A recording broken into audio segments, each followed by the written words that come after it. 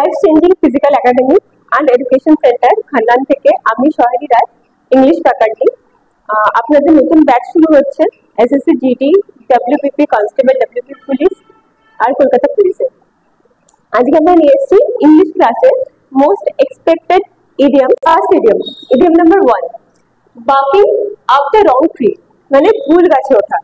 ফুল গাছে ওঠার এটার পিছনে আক্ষরিক অর্থ কি থাকতে পারে, সেটাই idiom. Barking up the wrong tree মানে হচ্ছে ফুল জিনিসের পিছনে পড়ে থাকা, ফুল জিনিসের পিছনে সময় নষ্ট করা। Then idiom number 2, rise like a phoenix, মানে হচ্ছে নতুন করে স্টার্ট করা। ফিনিক্স যেমন নতুন করে ঝেড়ে উঠে আবার শুরু করে, সেরকম রাইজ লাইক আ ফিনিক্স মানে হচ্ছে আবার newly start.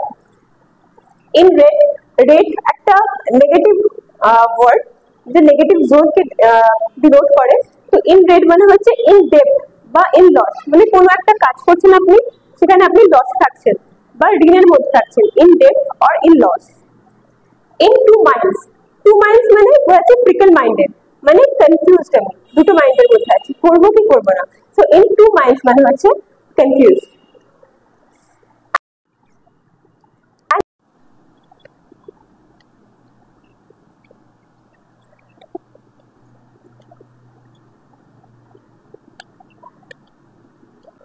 Next number 6, out of order, মানে হচ্ছে যেটা undecided, unplanned, out of order.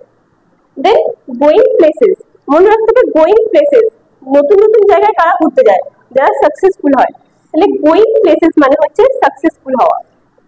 Next all and sundry, all and sundry মানে হচ্ছে এভরিওয়ান অ্যান্ড এভরিবডি। কোন একটা পার্টিতে যদি সবাই আছে, আমি যদি সবাইকে বোঝাতে চাই, তাহলে আমি কি বলবো, অল অ্যান্ড সানড্রি, মানে একটা পার্টির মধ্যে উপস্থিত সব লোকজন।